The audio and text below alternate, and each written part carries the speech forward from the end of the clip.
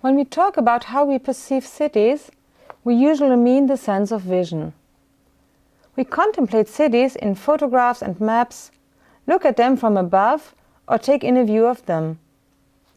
But there is another, more literal way of approaching a city: walking. In his book, The Practice of Everyday Life, the philosopher Michel de Certeau conceived walking in the city as the antithesis of seeing it.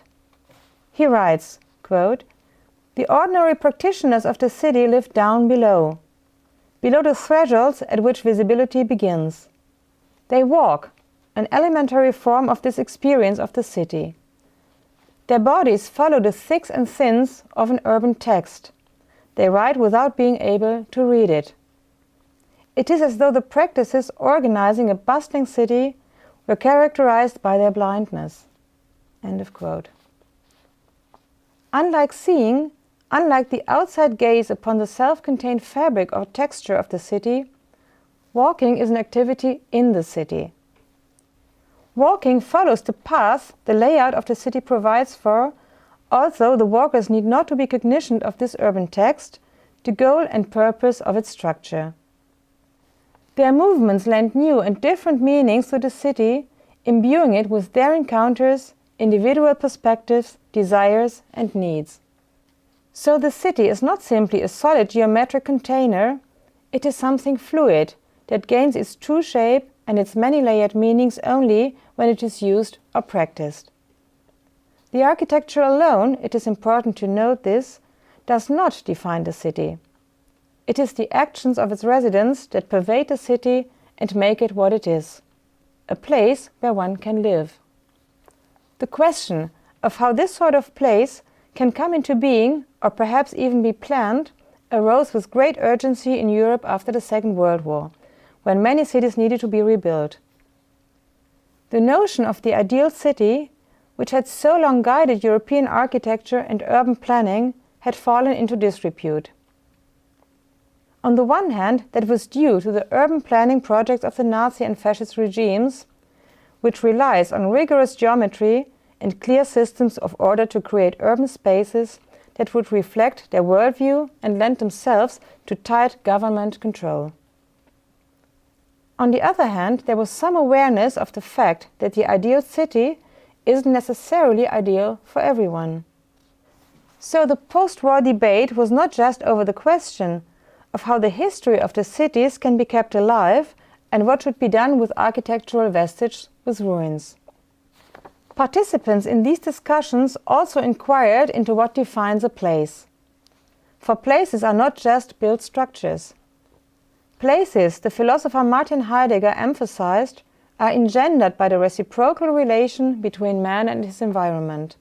It is only when people engage and use an architectonic form that it gains meaning and significance.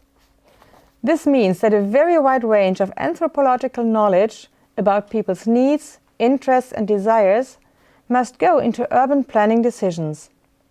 By implication, what we call a city is at its core not necessarily amenable to planning. There's virtually no other character who illustrates the place-creating quality of walking more vividly than the protagonist in Jim Jarmusch's film Permanent Vacation.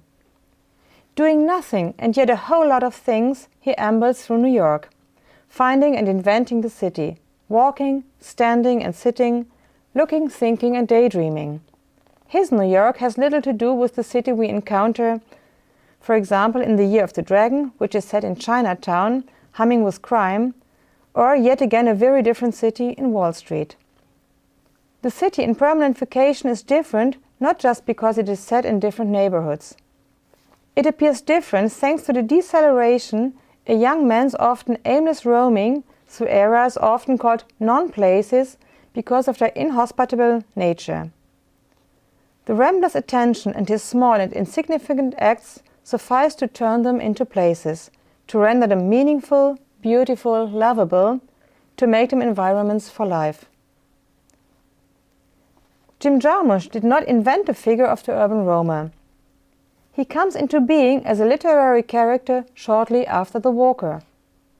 The latter has existed since the second half of the 18th century. someone who explores natural settings without purpose or tangible aim, simply to enjoy the sights it offers.